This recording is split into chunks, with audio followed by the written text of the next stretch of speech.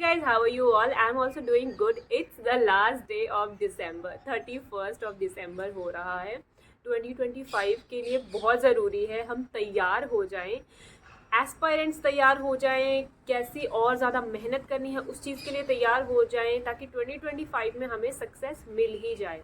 और ये वीडियो मैं लास्ट डे इसलिए बना रही हूँ ना, बिकॉज नया साल आने से पहले आपको क्लैरिटी होनी चाहिए कि मुझे क्या पढ़ना है, कहाँ से पढ़ना है, क्या चीज़ें होने वाली हैं, सो दैट आपको कुछ रिसर्च ज़्यादा ना करनी पड़े। मैं भी ऐसे करती थी, यूट्यूब पे 10-10 वीडियोज़ को देखती थी, क्या पढ़ना है, कैसे पढ़ना है, उसमें से एक दो को मिक्स करके वो सोर्स बनाती थी। फिर मुझे लगता था कि हाँ, थोड़ा इसने ठीक बोला, थोड़ा इसने ठीक बोला। वो आपको करने की ज़रूरत नहीं होगी, बिकॉज यहाँ पे मैं सारे सोर्सेज आपको बता दे रही हूँ। जितने भी सोर्सेज हैं मैं सारे आपको बताऊंगी, और ये स्पेशली एग्रीकल्चर ग्रेजुएट्स के लिए, यानी कि जो एग्रीकल्चर के जो भी एग्जाम्स आते हैं। सबसे बड़ा तो AFO जिसके लिए लोग तैयारी करते हैं, ठीक है। उसके अलावा IFCO, FCI, CWC, NSC, ठीक है, CCI और इवन नाबार्ड भी। तो ये चीज़ें जो है मैं आपको बेसिक बुक से एडवांस बुक तक सारे सोर्सेज बता देने वाली हूँ। बुक्स हो सकते हैं, इसमें नोट्स हो सकते हैं, चैनल्स हो सकते हैं, आपको कौन कौन से फॉलो करने हैं। ओके, तो शुरू करते हैं जल्दी से बिना किसी देरी के। जैसे कि आप लोग जानते हो कि एग्रीकल्चर एक बहुत वास्ट है। एग्रीकल्चर को पता नहीं क्यों हम सब्जेक्ट बोलते हैं, but agriculture is a mixture of subjects. Agriculture एक पूरी डिग्री है, बिकॉज इसमें जैसे इंजीनियरिंग है तो इंजीनियरिंग किसी सब्जेक्ट को नहीं बोलेंगे हम। इंजीनियरिंग में डिफरेंट सब्जेक्ट्स आते हैं, वैसे ही एग्रीकल्चर में 14, 15, 16 सब्जेक्ट आते हैं जिनको मिला के एग्रीकल्चर बनता है। यहीं से कन्फ्यूजन शुरू होती है, बिकॉज आप AFO का पेपर उठा के देख लो, आप नाबार्ड का पेपर उठा के देख लो, नाबार्ड का फिर भी इजी आता है, बट AFO का जैसा अनप्रेडिक्टेबल पैटर्न हो गया है आजकल, कुछ समझ में नहीं आता है। AFO के पेपर को देखने के बाद ऐसे लगता है कि मुझे तो ऐसे लगता है कि यार मेरे को कोई सोर्सेज बता दे यार, कहाँ से पढ़ना है। ऐसी जगह से पढ़ लूँ मैं कि मेरे को 60 के 60 क्वेश्चन वहाँ मिल जाएँ, चाहे वो 2000 पेज हो चाहे 5000 पेज हो, पर वहाँ पे 60 क्वेश्चन कवर हो जाए। लेकिन दुखद बात है ये कि वो चीज़ नहीं होती, बिकॉज AFO पता नहीं कैसे क्वेश्चन बनाता है। बट हाँ, जितना भी आप पढ़ लो सफिशेंट नहीं होगा, कुछ क्वेश्चन तो बाहर से आएंगे ही। लेकिन हाँ, वो चीज़ कर सकते हैं कि 90% क्वेश्चन आपके कवर हो जाए। जैसे 60 में से एटलीस्ट 6 क्वेश्चन आपके अननोन आए और 54 क्वेश्चन कवर हो जाए। ऐसा कुछ आप कर सकते हो। 51 क्वेश्चन कवर हो जाएंगे इस टॉपिक से, इस जो मैं आज कंटेंट बताने वाली हूँ। तो जो बच्चे पहले से तैयारी कर रहे हैं, जिनको क्लैरिटी नहीं है, जो बच्चे अब तैयारी कर रहे हैं, उनके लिए बहुत यूज़फुल होने वाला है। सुनते रहना, अगर आपने लास्ट तक सुन लिया तो बहुत यूज़फुल होने वाला है। हम बेसिक से एडवांस की तरफ चलेंगे।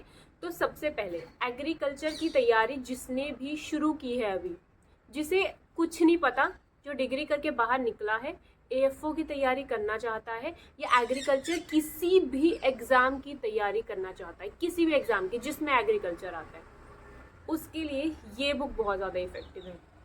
इसे एग्रीकल्चर का बाइबल भी बोलते हैं। ये देखो, a competitive book of agriculture by author है इसके नेमराज सुंदा। इसी को नेमराज सुंदा बोलते हैं, यही बुक है वो। और देखो, इस पर बेस्ट सेलर भी लिखा है। ये जो मैंने मंगवाई है, मेरा 2024 का ही एडिशन है। यस, मेरा फेब 2024 का एडिशन है, जैसे कि आप देख सकते हो। पहले मेरे पास 2019 का एडिशन था। मुझे लगा कि मुझे थोड़ा सा अपग्रेड करना चाहिए, क्या पता नई चीज़ें आ गई हों। और एट द सेम टाइम 2019 का एडिशन बहुत ज़्यादा फट गया था, वो पढ़ने लायक नहीं रहा था, हैंडल नहीं हो पाती थी बुक। तो ये नई बुक मंगवाई है। अब बच्चे पूछते हैं कहाँ से मंगवानी है, कहाँ से मंगवानी है, मैं बता देती हूँ। मैंने अमेज़ॉन से ऑर्डर करी थी, ठीक है। मैं लिंक डाल दूँगी, हो सके तो डिस्क्रिप्शन में। मैंने ऑर्डर करी थी अमेज़ॉन से, लेकिन मेरे को ये सुराही पब्लिकेशंस की बुक है। एग्जैक्टली मेरे को सुराही पब्लिकेशन से ये पार्सल होके आई थी, और ऐसे मेरे ख्याल पोस्ट ऑफिस के थ्रू भेजी थी उन्होंने। मैं भी कंफ्यूज हो गई थी कि ये किसने, पोस्ट ऑफिस का तो मेरा कोई पार्सल नहीं आना था। और इस पर ये चीज़ लगी है जिससे पता लगता है कि ये ओरिजिनल बुक है, बिकॉज मैंने जो पिछली बार मंगाई थी वो ओरिजिनल नहीं थी। तो ये जो पेजेस हैं इसके, ये कलर्ड हैं, देख सकते हो आप। और इसके इवन ये जो सब्जेक्ट्स हैं ये भी कलर्ड हैं। जो मैंने पिछली बार मंगवाई थी वो कलर्ड नहीं थी, वो कॉपी थी। उसमें बहुत धुंधला धुंधला आता था। इसमें देखो धुंधला बिल्कुल भी नहीं है, बिल्कुल क्लियर लिखा हुआ है। हाँ, तो बात कर लेते हैं कि ये बुक कैसे यूज़फुल है। जो भी बच्चा तैयारी करना चाह रहा है, जब मैंने सबसे पहले तैयारी शुरू की थी तब मैं 7th या 8th सेमेस्टर में थी, मुझे पता भी नहीं था कि तैयारी क्या होती है, ठीक है। तो मेरी फ्रेंड्स तैयारी करती थी एक्चुअली, 2-3 फ्रेंड्स थी मेरी, उनको पता था कि हाँ AFO है और हम बाद में देंगे, तो हम ना इससे थोड़ा सा पढ़ लेते हैं। उन्होंने AFO फिल कर दिया था 7th या 8th सेमेस्टर में ही फिल कर दिया था, जब हमारे डिग्री कंप्लीट नहीं हुई थी, जस्ट टू चेक कि हाँ कैसा इंटरफेस है, किस तरह से पेपर देना। तो उन्होंने सोचा था कि चलो भरा है तो एक बार पढ़ भी लेते हैं। तो they were studying and I had no idea कि कोई मतलब मुझे पता था AFO होता है, लेकिन मेरा था ही नहीं कि मुझे गवर्नमेंट जॉब करनी है। तो उनको देखा तो मेरे को पता चला कि हाँ ये है। तो कई बार हम खुद से भी ऐसे लाइब्रेरी में जाके इसको पढ़ लेते थे ड्यूरिंग द लास्ट 2 सेमेस्टर। तो यहीं से पढ़ना शुरू किया था, और तब हमें पता चला कि जो हमें डिग्री में पढ़ाया जा रहा है वो कितना ज़्यादा सब्जेक्टिव है। हमें ऑब्जेक्टिव कुछ भी नहीं पता। हमें 2 पेज पढ़ने में, इसके 2 पेज याद करने में 2 घंटे लग जाते थे। कैन यू बिलीव, 2 घंटे लग जाते थे। बिकॉज हम जो कॉलेज में लिखते हैं बहुत सब्जेक्टिव लिखते हैं, हेडिंग डालते हैं, नीचे कुछ भी लिख देते हैं। बट अगर आप ये पढ़ोगे, इससे आपको बहुत ज़्यादा हेल्प होगी। इससे आपको पता चलेगा एग्जैक्टली फैक्ट्स होती क्या चीज़ है। इसमें बहुत ज़्यादा समराइज़ करके फैक्ट्स दिए हुए हैं। तो मैंने तो सबसे पहले यही पढ़ी थी, और हाँ मैंने बेसिक सबसे पहले ये पढ़ी थी। मतलब ऐसे नहीं कह सकते पूरी पढ़ी थी, लेकिन हाँ मैंने इसको 25-30% मैंने पढ़ा था कॉलेज के दिनों में। उसके बाद क्या होता है मैं आपको अपनी स्टोरी बताती हूँ। हमारी जब डिग्री ख़त्म होने वाली थी तो लॉकडाउन लग गया। जब लॉकडाउन लग गया तो उसके बाद 3 मतलब डिग्री के लास्ट के 3 महीने में लॉकडाउन लग गया, और उसके बाद हमारा ऐसे ही पास हो गए हम कोविड के टाइम पे। फिर मेरे को मेरी फ्रेंड ने कहा कि जून जुलाई में उसने कहा कि शबनम हम ना AFO की तैयारी करते हैं, और AFO देंगे। हम 3 लोग थे, हम AFO देंगे, हो सकता है हमारा हो जाए। और फिर हमने एग्रीकोचिंग चंडीगढ़ से कोचिंग ले ली। फिर उसके बाद जो वो पढ़ाते गए, उन्होंने अपना मटेरियल भेजा, ऑनलाइन क्लासेस लगती थी तो हम ऑनलाइन क्लासेस लगाते थे, ठीक है। ऐसे नहीं बोल रहा था कि बाकी मत पढ़ो, लेकिन ऑब्वियसली वो अपने मटेरियल के हिसाब से पढ़ा रहे तो उनका ही पढ़ना पड़ेगा। अगले दिन टेस्ट लेंगे, वो भी उसके हिसाब से लेंगे। तो मैं ACC की बुक्स ही पढ़ती थी, ACC के नोट से पढ़ती थी। नेमरा सुंदा को तब मैंने नेमरा सुंदा को फर्स्ट अटेम्प्ट में नहीं पढ़ा, ठीक है। और मेरे को ये बड़ी कन्फ्यूजन थी, मेरा फर्स्ट अटेम्प्ट था, इसीलिए मुझे ये नहीं समझ आता था कि क्या ACC की बुक्स पढ़ने से हो जाएगा, क्योंकि ऑलरेडी ACC की 5 बुक्स थी और 200 पेज या 150 पेज पर बुक था, है ना। 150 पेज पर बुक था मेरे ख्याल से। तो मेरे को ऐसा लगता था यार मोर देन सफिशेंट होगा। आई वॉज वेरी कॉन्फिडेंट, क्योंकि मेरा फर्स्ट अटेम्प्ट था, तो मुझे लगा कि हाँ हमारा तो हो जाएगा। तो मैंने क्या किया कि मैंने पूछा नहीं, मैंने ACC पढ़ा। मैंने कहा पहले ACC पढ़ लेती हूँ, अगर ये कवर हो जाएगा मेरे से तो मैं फिर पूछ लूँगी कि हाँ और करना है, क्योंकि मेरे पास और टाइम करने का होगा। तो ACC कवर करते करते ही टाइम हो गया। इतना टाइम ही नहीं मिला कि वो टाइम बचा हो कि हाँ मैं साइड बाय साइड कोई और बुक भी पढूं।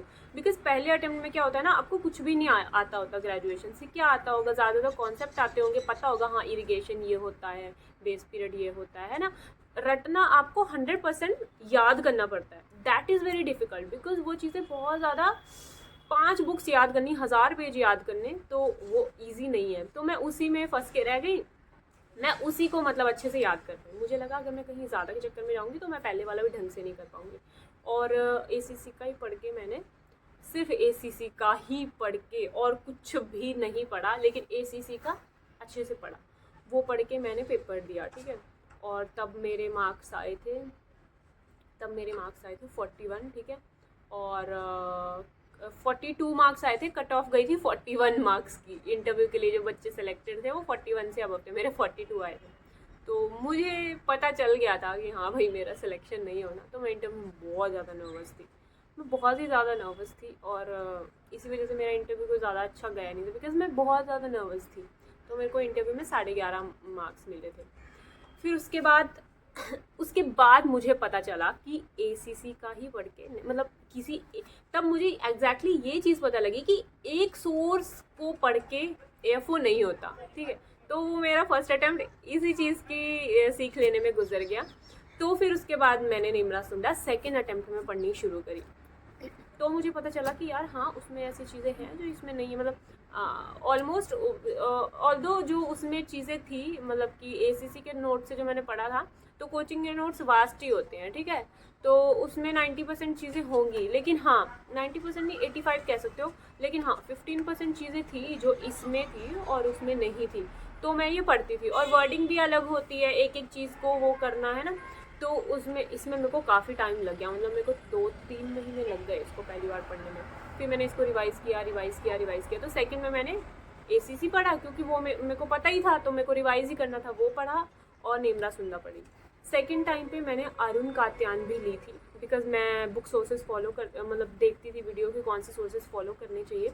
मैंने अरुण कात्यान ली, मैंने उसकी एग्रोनॉमी, सॉइल साइंस वगैरह, मैंने मेट्रोलॉजी पढ़ी है, लेकिन मुझे वो इतनी यूज़फुल बुक नहीं लगी, पता नहीं क्यों।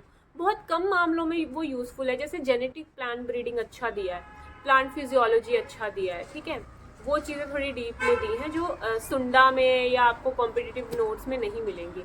लेकिन वो चीज़ें अगेन डीप में है, तो फिर उनमें से पूछते भी नहीं हैं। जितनी कोचिंग इंस्टीट्यूट्स ने दी होती है, या सुंडा में तो चलो कह लो कम होगा, किसी भी कोचिंग के नोट्स ले लो, उनमें जो दी होती है उनको पता होता है कि यहाँ से क्वेश्चन आता है।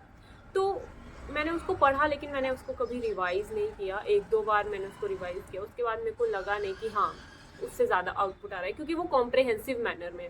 हाँ, वो उन लोगों के लिए अच्छी है जैसे किसी को डिग्री में लोगों ने अच्छे से नहीं पढ़ा है, टीचर्स ने अच्छे से नहीं पढ़ा है, उसके कॉन्सेप्ट क्लियर नहीं है, तो उसके लिए अरुण कात्यान बहुत अच्छी है। जिसको समझ ही नहीं आ रहा कि हाँ यार ये चल क्या रहा है यार, इरिगेशन, ड्रेनेज, अच्छा ये कहाँ से आ गई, अच्छा मेट्रोलॉजी क्या होती है ना, तो उन लोगों के लिए वो बुक अच्छी है, बिकॉज उसमें ना पूरा ऐसे बताया गया है कि इरिगेशन इज़ द, ऐसे पूरा करके उन्होंने इंटरक्रॉपिंग की कैसे होती है, क्या किस में होती है, डायग्राम्स के साथ समझाया हुआ है।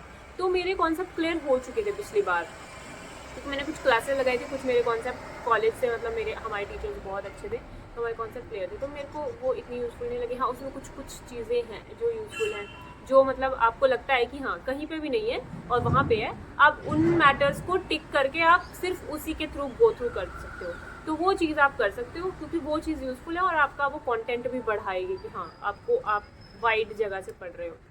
इसके अलावा राकेश शर्मा एक बुक आती है, वो बहुत ज़्यादा यूज़फुल होती है, बच्चे बोलते हैं।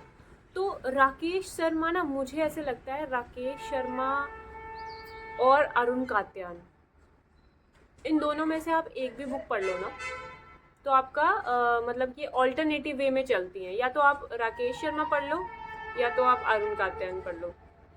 दोनों पढ़ने की ज़रूरत नहीं है, बिकॉज दोनों कॉम्प्रिहेंसिव बुक्स हैं। अरुण कात्यान थोड़ी ज़्यादा कॉम्प्रिहेंसिव है, लेकिन अगेन उसमें कुछ ऐसे सब्जेक्ट्स भी आ जाते हैं जो हम ज़्यादा पढ़ते नहीं हैं। जैसे अरुण कात्यान 500-1000 पेज के 2 एडिशन है, पार्ट 1 पार्ट 2, लेकिन उसमें फिर इकोलॉजी आ जाती है, इन्वायरमेंटल साइंस आ जाती है, तो हमारे मतलब कि मेरे ख्याल से कुछ 700-800 पेज ही रहते हैं। सेम जो RK शर्मा है वो 670-680 पेजेस की है, 700 पेज की एक बुक है, लेकिन उसमें सारे सब्जेक्ट्स हमारे मतलब के हैं। तो मुझे थोड़ा सा ऐसे लगता है कि हाँ RK शर्मा इज़ थोड़ा सा मोर बेटर, बिकॉज उसमें फिशरीज़ भी है और ऐसे सब्जेक्ट्स हैं जो अरुण कात्यान में नहीं है। वो भी बुक कॉम्प्रिहेंसिव मैनर में है, जिन लोगों के कॉन्सेप्ट क्लियर नहीं है, टू स्टार्ट विद, जैसे एग्रीकल्चर कोई स्टार्ट कर रहा है तो पहले वो पढ़े। मैं तो सीधा फैक्ट्स को क्रैम करने लग गई थी, हाँ पहले वो पढ़े तो उसको ज़्यादा अच्छे से अंडरस्टैंडिंग होगी, बिकॉज उसमें 50% फैक्ट्स हैं, 50% डेटा है। आप 50% फैक्ट्स को डेटा के साथ याद करोगे तो आपको याद हो जाएंगे, ठीक है। फिर आप नेमरा सुंडा पढ़ोगे तो आपके 50% फैक्ट्स पढ़ जाएंगे, वो आपको सुंडा से याद हो जाएंगे। लेकिन मैं तो 100% फैक्ट्स में अगर रट्टा मारने लग गई थी, तो उसमें थोड़ी सी दिक्कत होती है, मतलब एकदम से रिटेन नहीं होता दिमाग में। तो ये बुक्स थी। उसके अलावा ये आपकी 2-3 बुक्स हो गई। एक सबसे पहले नेमरा सुंडा, अच्छे से रट लो इसको, एक एक वर्ड आप इसका याद कर लो।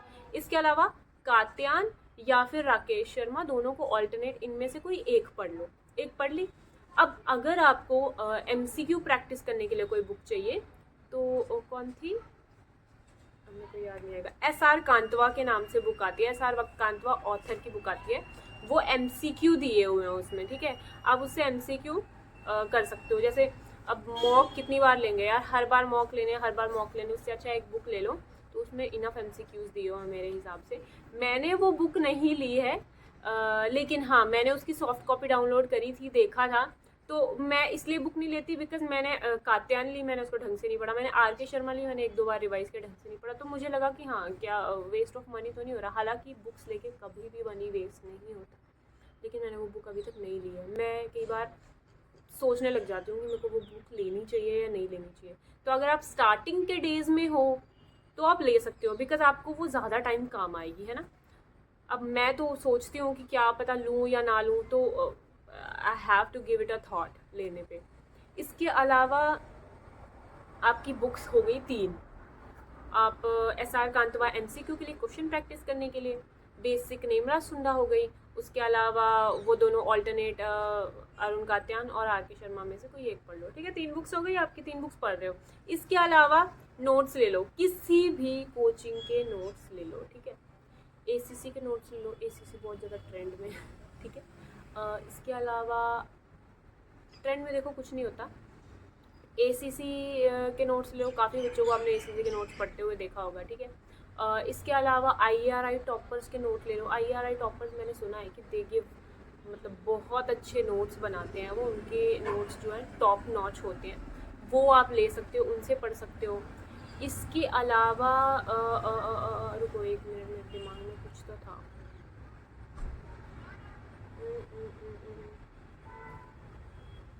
इसके अलावा एग्रीमेंटोर्स के नोट्स ले लो, एग्रीमेंटोर्स के नोट्स भी अच्छे होते हैं, ठीक है।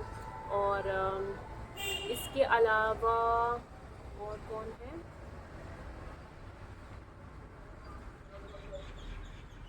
देखो मैंने अड्डा के नोट्स कभी देखे नहीं है, लेकिन मेरे को ऐसे लगता है कि हाँ हो सकता है अड्डा 247, एग्रीकल्चर अड्डा 247 के भी नोट्स अच्छे होते होंगे। तो ये 3-4 हैं, इनके नोट्स लोगे आप। हाँ, BR डाल एग्रीकल्चर करके है, उनके नोट्स ले लो, उनके भी नोट्स अच्छे होते हैं। उनके नोट्स भी कॉम्प्रिहेंसिव नोट, मतलब बहुत कॉम्प्रिहेंसिव नहीं है लेकिन हाँ थोड़े कॉम्प्रिहेंसिव, थोड़े बहुत कॉम्प्रिहेंसिव हैं, तो वो भी अच्छे होते हैं। ये 3-4 जो मैंने सोर्सेज बताए। अड्डा के बारे में मैं श्योर नहीं हूँ बिकॉज मैंने किसी से रिव्यू नहीं लिया, मैंने लेकिन उनके और सब्जेक्ट्स में नोट्स पढ़े हैं, तो वो अच्छे होते हैं। तो बाकी उसके अलावा ये जो 3-4 बताए मैंने, इन सब के नोट्स इक्विवेलेंटली अच्छे होते हैं। अब किसी के भी एक के ले लोगे तो आपको कोई और पढ़ने की ज़रूरत नहीं पड़ेगी, ठीक है। मैं तो कहती हूँ नोट्स अगर ख़रीदने हैं तो हार्ड फॉर्मेट में ख़रीदो, बिकॉज सॉफ्ट कॉपी खरीदोगे आपको लगेगा कि हाँ मेरे को सस्ता पड़ रहा है। अगर आपका पेपर नहीं निकला अगले साल फिर नोट्स खरीदोगे, बिकॉज आप नोट्स खरीदते हो ना, वो आपको ऐप पे अवेलेबल करवाते हैं, डाउनलोडेबल नहीं होते वो नोट्स। हाँ, अगर कोई बोले PDF दे रहा हूँ मैं, तो आपकी मर्ज़ी है, पर फिर भी अगर आप हार्ड कॉपी से ज़्यादा अच्छे से पढ़ पाते हो तो आप एक बार में बुक्स मंगवा लो उनकी, ठीक है। ये चीज़ें हो गई। अब हम आएंगे चैनल्स पे या मॉक्स पे, ठीक है। मॉक्स किसके देने हैं? मॉक टेस्ट देना ज़रूरी होता है। अगर आप मॉक नहीं देते, आपको नहीं पता लगता है एग्ज़ाम के प्रेशर को कैसे हैंडल करना है। आप सोचते हो कि हाँ मैं नेगेटिव मार्किंग नहीं करूँगा, बट आपकी एक्यूरेसी कितनी है, आप कितना अर्ज होती है आप में गलत क्वेश्चन को करने की, वो सब चीज़ें तभी पता चलेंगी जब आप मॉक्स दोगे। मॉक्स जो होता है प्रैक्टिस जब होती है तो परफेक्शन आता है, ठीक है। वो आपको आपकी एक्यूरेसी, टाइम मैनेजमेंट, हर चीज़ को इम्प्रूव करने में आपकी हेल्प करेगा कि कितने गलत करने हैं कितने नहीं करने। वहाँ पे जाके हम अपने आप को रोक नहीं पाते ना, यार नहीं ये तो लग रहा है, ये तो कर देता हूँ। तो वो लोग ज़्यादा अच्छे से मैनेज कर पाते हैं जिन लोगों ने मॉक्स दिए होते हैं, तो उन्हें पता है कि हाँ उनकी एक्यूरेसी इतनी है। अगर उन्होंने अर्ज में आके किया ऐसे क्वेश्चन को अटैम्प्ट, तो उनकी एक्यूरेसी कम हो जाएगी, या फिर करना चाहिए या नहीं करना चाहिए, वो लोग अच्छे से डिपेंड कर पाएंगे। तो मॉक टेस्ट, मेरे को लगता है मॉक टेस्ट सबसे बढ़िया एग्ज़ाम भी के होते हैं। एग्ज़ाम भी उनके मॉक टेस्ट बढ़िया रहते हैं। और ऑलिव बोर्ड के मॉक टेस्ट माशाल्लाह बहुत अच्छे मॉक टेस्ट होते हैं, लेकिन ऑलिव बोर्ड थोड़ा सा ना कॉस्टली है मेरे ख्याल से। ऑलिव बोर्ड के भी मॉक टेस्ट अच्छे होते हैं। कुछ लोग कहते हैं कि टेक्स्ट बुक के हाँ टेक्स्ट बुक के मॉक टेस्ट भी अच्छे होते हैं।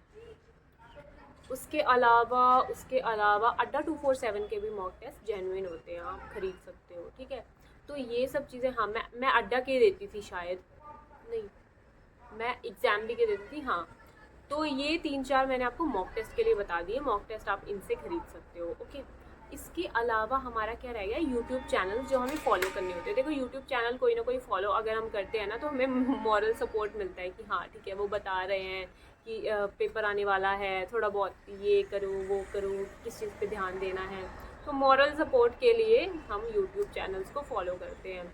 ACC आजकल थोड़ा सा कम कंटेंट डालने लगा है, मुझे ऐसे लगता है, बिकॉज मेरे को उसकी नोटिफिकेशंस नहीं आती। एग्ज़ाम भी को फॉलो कर सकते हो आप। एग्ज़ाम भी बहुत कंटेंट डालते हैं। अगर आपको अच्छी मॉरल सपोर्ट चाहिए तो आप एग्ज़ाम भी को फॉलो कर सकते हो। वो काफ़ी कंटेंट डालते रहते हैं और हाँ, आपको मॉरल सपोर्ट मिलेगा उससे। इसके अलावा किसको, BR डाल एग्रीकल्चर को फॉलो कर सकते हो, वो भी अच्छा कंटेंट डालते हैं। इसके अलावा आप एग्रीकल्चर अड्डा 247 को फॉलो कर सकते हो, वो भी अच्छा कंटेंट डालते हैं। इसके अलावा बहुत सारे चैनल्स है यार, एग्री मेंटोर्स को फॉलो कर सकते हो, वो भी अच्छा कंटेंट डालते हैं। इसके अलावा अगर आपको मतलब पिछले कंटेंट जैसे कोई मैराथन, कोई लेक्चर कुछ पढ़ाया हुआ है, आप ACC को फॉलो कर सकते हो, उन्होंने अच्छा कंटेंट डाल रखा है। तो ये 4-5 से ये तो शायद सबको ही पता होंगे, सबने ही फॉलो कर रखा होगा कि हाँ ये अच्छे हैं। इसके अलावा हाँ यही है मेन तो एग्रीकल्चर के। हो सकता है मेरे से एक आधा छूट रहा हो, मुझे अभी ध्यान में नहीं आ रहा, लेकिन हाँ यही है। तो ये सब चीज़ें आपको करनी पड़ती हैं। और बुक से मेरा मतलब ये देखो, अभी आप बोलोगे कि हाँ आपने क्या 3-4 बुक पढ़ी थी। मैं बताती हूँ मैं क्या करती हूँ। ये जो मैंने आपको बताई ना कॉम्प्रिहेंसिव बुक्स, इनको आपको 1-2 बार पढ़ना होता है। 1-2 बार शुरू में पढ़ो, 2-3 बार रिवीजन दो। ये ऑफ टाइम पे, जैसे कि अभी आप इस टाइम पढ़ सकते हो, बिकॉज इस टाइम कोई आपको टेंशन नहीं है कि हाँ पेपर आने वाला है। आपने 1-2 बार रिवाइज कर ली, फिर उसमें वो चीज़ें निकाल लो एक्सक्लूसिव जो उसी बुक में है। जैसे कि वो नेमरा सुंडा में नहीं मिलेंगी आपको, वो आपने नोट्स लिए हैं वो उसमें भी नहीं है, लेकिन हाँ वो सिर्फ RK शर्मा में है या फिर वो सिर्फ अरुण कात्यान में है। उन पेजेस को या तो फोल्ड कर लो या कलर कर लो थोड़ा सा, कि आपको ऐसे आप पर सेक्शन कलर कर लोगे, आपको पता लग जाएगा कि ये वो वाले पेजेस हैं, या उस चीज़ को सर्कल कर लो, मार्क कर लो। तो आगे से फिर आपको वही पढ़ने की ज़रूरत है जो उसमें एक्सक्लूसिव दिया हुआ है, बिकॉज आप बार बार उसको रिवाइज करोगे वो कॉम्प्रिहेंसिव है, और जब पेपर पास आ रहा होता है 2-3 महीने बचे होते हैं तब उसको रिवाइज करना थोड़ा मुश्किल हो जाता है, 2 महीने से जब कम बचे होते हैं।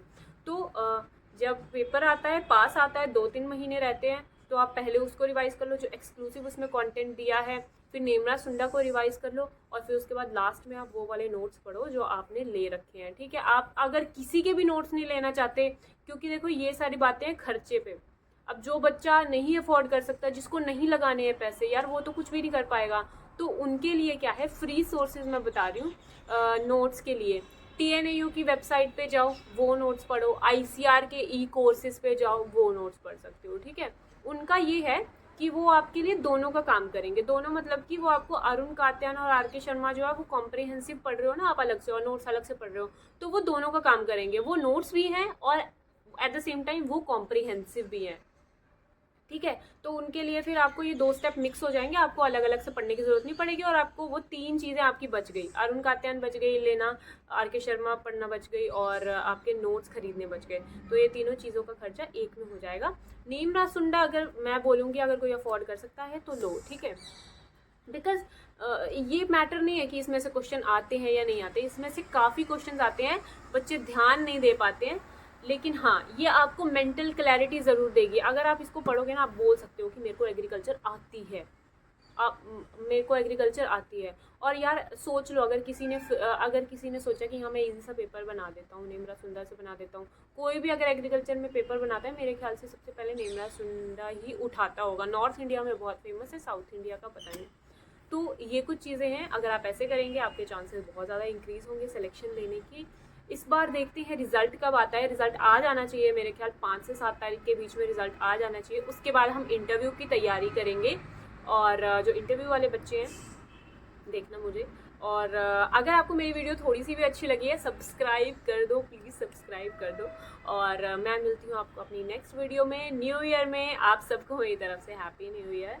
Wish you all the very best for studying. Till then bye bye.